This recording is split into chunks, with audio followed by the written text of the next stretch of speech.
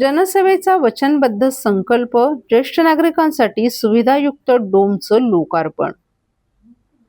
राज्याचे उपमुख्यमंत्री एकनाथ शिंदे यांच्या मार्गदर्शनाखाली तसंच संसदरत्न खासदार नरेश म्हस्के यांच्या विशेष निधीतून बाराबंगला परिसरातील ज्येष्ठ नागरिकांच्या सुविधा आणि सामाजिक उपक्रमांसाठी उभारण्यात आलेल्या डोममध्ये नगरसेविका मालती पाटील यांच्या विशेष प्रयत्नातून लाईट, फॅन तसंच विविध सांस्कृतिक आणि सामाजिक कार्यक्रमांच्या आयोजनासाठी मध्यभागी टेबल अशा आवश्यक सुविधांची उपलब्धता करून देण्यात आली आहे. ज्येष्ठ नागरिकांच्या सोयीसुविधांना प्राधान्य देत उभारण्यात आलेल्या सुविधायुक्त डोमचं उद्घाटन नगरसेविका मालती रमाकांत पाटील तसंच विभाग संघटक रमाकांत पाटील यांच्या हस्ते रिबीन कापून मोठ्या उत्साहात करण्यात आलं.